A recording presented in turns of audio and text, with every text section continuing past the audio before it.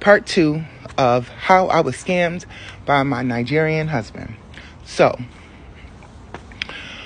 I want to be real transparent and open and say that it was a lot of red flags that I saw, but I felt like I was going into the situation with my eyes wide open, and clearly I wasn't, because I got played in the end. So, take this story with a grain of salt. I really don't want to hear. I'm not going to go back and forth with y'all in the comments about why did you think and whatever and blah, blah, blah. I'm not going to listen to any of that, because this is my story, and, I'm giving you my story. So, on with part 2. So, we're at the hotel in Abuja. It's terrible. I'm lying to my family because my family is concerned and they're calling, and I'm low-key asking for additional money for stuff, because at this point, a guy comes over and brings my wedding dress, and the wedding dress doesn't fit. So there's some adjustment that needs to be made. But the person who did the adjustments to the dress was not the person who originally sewed the dress. So with that being said, this guy pretty much took the entire dress apart and made some kind of crazy looking, it looked a mess. It looked like a dress that little kids have that's very box shaped. It was not a pretty dress. And just being real, this guy was a male seamstress. So he didn't really do women's clothes. He did men's clothes. So he didn't really know what he was doing, but that's really neither here nor there. So he ended up requesting that I pay 25,000 naira, which I think at the time was probably the equivalent of like $30 for this recreation of this box crap that he made. So I ended up getting married in a pair of jeans, a shirt that my daughter-in-law bought me, and a jacket, a blazer that I wore to my son's wedding.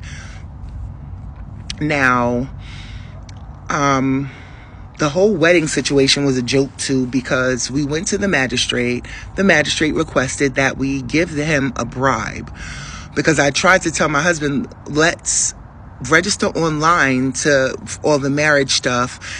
And then, this way you have to wait a 7-day period or something like that before you could get married. But no, he didn't want to do that. So, and of course, he told me that he would be paying for all of the marriage stuff, the license, all of that stuff. I think the license and everything total should have been around $70, $80.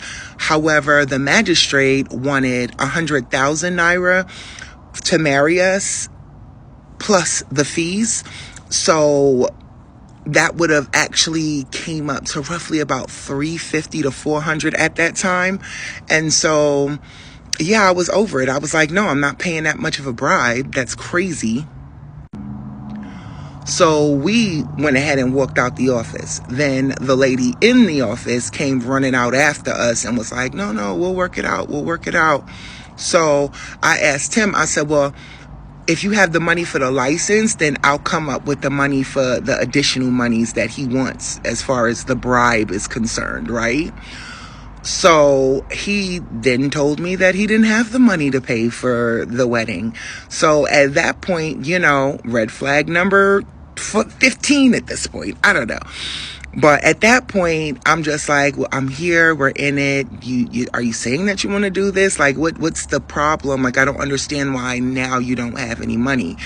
And he was just like, it was just slow at work and this, and this. So I later found out what work he was referring to that he does. I'll hold that part for part 3. So anyways, I ended up paying the bribe.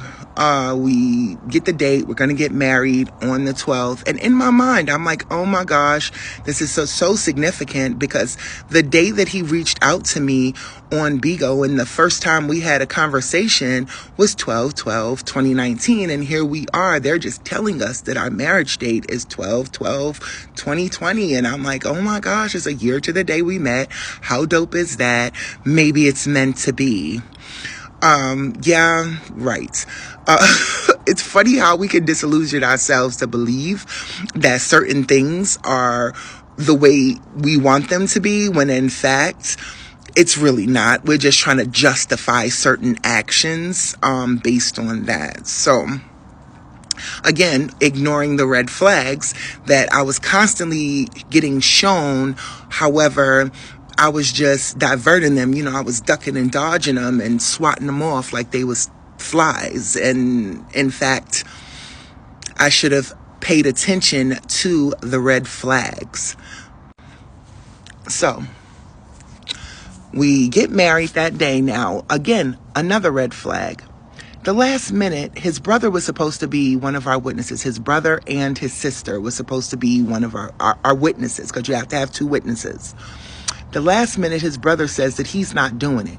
And my husband couldn't tell me why, or chose not to tell me why his brother didn't want to be a witness. But at the very last minute, he was able to call a friend of his to come and be a witness at the wedding. So we'll talk about what his job was in part 3.